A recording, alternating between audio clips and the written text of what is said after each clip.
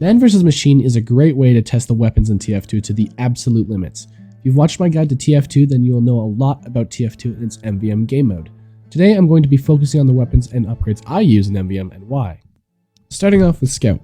Now you need to know that Scout isn't going to be much of a damage dealer class in MVM. He's more of a support class. He primarily focuses on getting as many credits as possible. He's like a little money goblin in that sense. Scout is already fast and can jump high as is, but what if I told you he can almost triple that in MVM? In the shop, you can upgrade your weapons as is already commonly known, but you can also upgrade your class's stats. For example, you can have bullet resistance, crit resistance, fire resistance, and explosive resistance for all those pesky demos out there. But those upgrades in my opinion are nothing compared to the Scout's movement upgrades.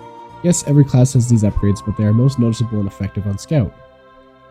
You can upgrade his jump and his speed to make him the ultimate flying goblin. He bases his whole thing in MVM of getting credits. That's his thing. And yes, that might sound boring, but let me tell you it is the most important thing that you get credits. And well, without credits, you can't buy yourself back or upgrade anything, and 9 out of the 10 times you will lose. Now we all know Scout is weak in terms of health. You're probably wondering, how does Scout run into the heat of battle without a pocket and live? Well, when Scout collects money, he also gets overheal. So the Scout from Team Fortress 2 can actually get up to 700 health. It's crazy, but super awesome.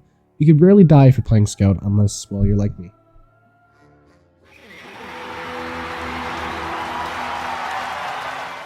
Okay, now that I've briefly mentioned his amazing stat upgrades, let's move on to the fun part, weapon upgrades. Now the weapons for Scout you use in MVM may be different from the weapons I use. I'm just saying the weapons you use, you might get heckled for. Just saying, you might not, I don't know, but you might, so maybe listen. Okay, awesome. Let's start with Scout's primary. I use the soda popper. While compared to stock, the 2-shot clip is really not enough and doesn't do enough damage to make a big difference. It does have an ability that makes it all worth it. While you do damage and get kills, this weapon actually collects hype in a bar. Once you fill up the bar, Scout becomes even more maneuverable and much harder to hit. Once activated, Scout can do 5 jumps in the air instead of just 1. This makes getting to out of reach areas much easier. And before you even ask the question, yes, the movement upgrades on Scout actually play with the hype jumps. What I mean is Scout can activate his hype and get those larger jumps if you upgrade them in the shop. Not only that, we could also upgrade the damage, clip size, health on kill, and a few others. So you can do a little extra damage to defend yourself if you have to, or take out the annoying snipers that are bothering your team. Nah! Okay, let's move on to the secondary. Scout has a variety of secondaries he could use that would be somewhat helpful for MVM, like the pistol, bonk, and other type of pistols. But the one we're going to be focused on is the Mad Milk. This unknown substance in a jar has been confusing players since it came out. It's not Sniper's Jarati, but it mentions it's something else related to the human body, but we're not going there today. Mad Milk is very simple to upgrade and to use, but is highly effective. The 2 upgrades are recharge timer and minus 35% speed on enemies. Now let's not forget the base stats of this thing. It can extinguish you if you're on fire, and once thrown on an enemy, 60% of your damage gets returned back to you as health.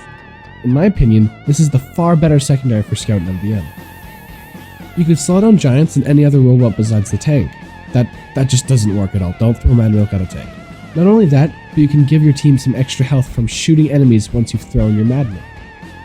I should probably mention how unlike the Gas Passer, the Mad Milk doesn't linger in the air, meaning it doesn't leave a cloud of white substance for enemies to passively walk into. You have to throw it on enemies directly. The Mad Milk is so highly effective, I really do implore you to use it as many times as possible. Oh yeah, it can also just like slow down sentry busters to like a crawl. It's broken, it's really bad.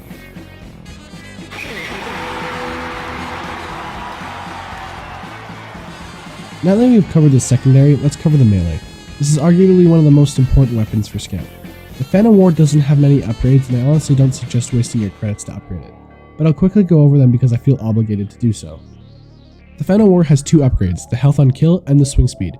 I feel like they are both really self-explanatory, but if you lack a few brain cells and need me to explain, I will leave the link to its stats in the description. I'm not wasting our time, I'm sorry. Now the most important mechanic that makes it really good in MVM is the marked for death. Whenever you hit a target once, they are marked for death. Just like the escape plan in the Rescue Ranger. In case you didn't know what that means, marked for death is basically whatever damage is dealt to you, it becomes a mini crit. In theory, once you mark a robot by smacking it, the damage you and your team do are now mini crits. Yes, Scout has many different melees, like how some people religiously use the fish in boot camp, but they honestly are not anything special like the Phanom War. And just saying that sentence makes me sick. The The Phanom War is so bad. It is literally so bad, and only players using this in casual are trolls or new installs. Please don't use this weapon outside of MVM or you will get bullied. I'm just doing this for you. Okay, well, now we're moving on to our honorable mentions part.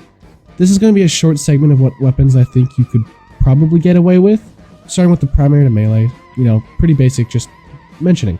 So another primary would be the stock scattergun, honestly. Like, yes, the soda popper gives you those extra jumps, but the movement upgrades, it kind of nullifies it. It makes it kind of useless. The scattergun can offer a 6-clip magazine that can do consistent damage to the robots. It will definitely make your life easier for dealing damage.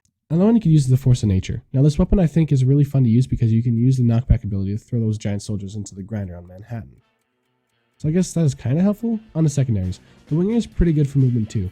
It gives you a higher second jump, which can be really useful for mobility and collecting cash. But other than the Winger and the Mad Milk, everything else just belongs in the trash. Now, last but not least, melee. I could see someone rocking the atomizers and gives you an extra jump. Pair that with a jump height and I guess you get a lot of vertical movement. Can't really tell, I'm not really enthusiastic about these weapons because I really don't see them being, better than what I mentioned already. But if you disagree with me, go ahead and let me know nicely in the comments and I'll happily fix my mistakes in the next video. I plan on uploading more of this type of series and this video does well, and the next video will be on Soldier. I really had a lot of fun making this video and I hope you had lots of fun learning and enjoying the hard work I put into this. Thank you so much for watching and I really hope you could consider subscribing and liking this video as well as comment. I really want to know truthfully how you think I did and how I can improve. I'm on the road to 100 subs and every one of you counts. So anyways, thank you so much for watching and I'll see you in the next one. Bye bye.